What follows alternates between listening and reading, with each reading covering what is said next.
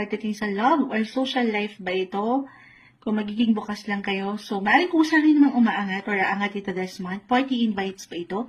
Or events, party, mapatrabaho man or sa ilang social group na meron ka o sa ilang network. Or maybe isang sign na ito na yes, may time for work eh. May time for work, Knight of Wands, Four of Pentacles about money, career.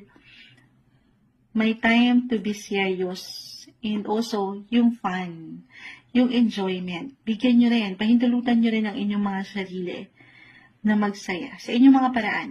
Okay? Kung paano kayo higit na makakapag liwaliw naman. Kasi parang andito yung maybe kayo umaangat yung love. Ano ba yung mga, nyo? Minsan, sa dami ng ganap sa buhay natin, hindi natin nabibigyan ng priority kung ano yung sinasabi talaga ng iyong puso.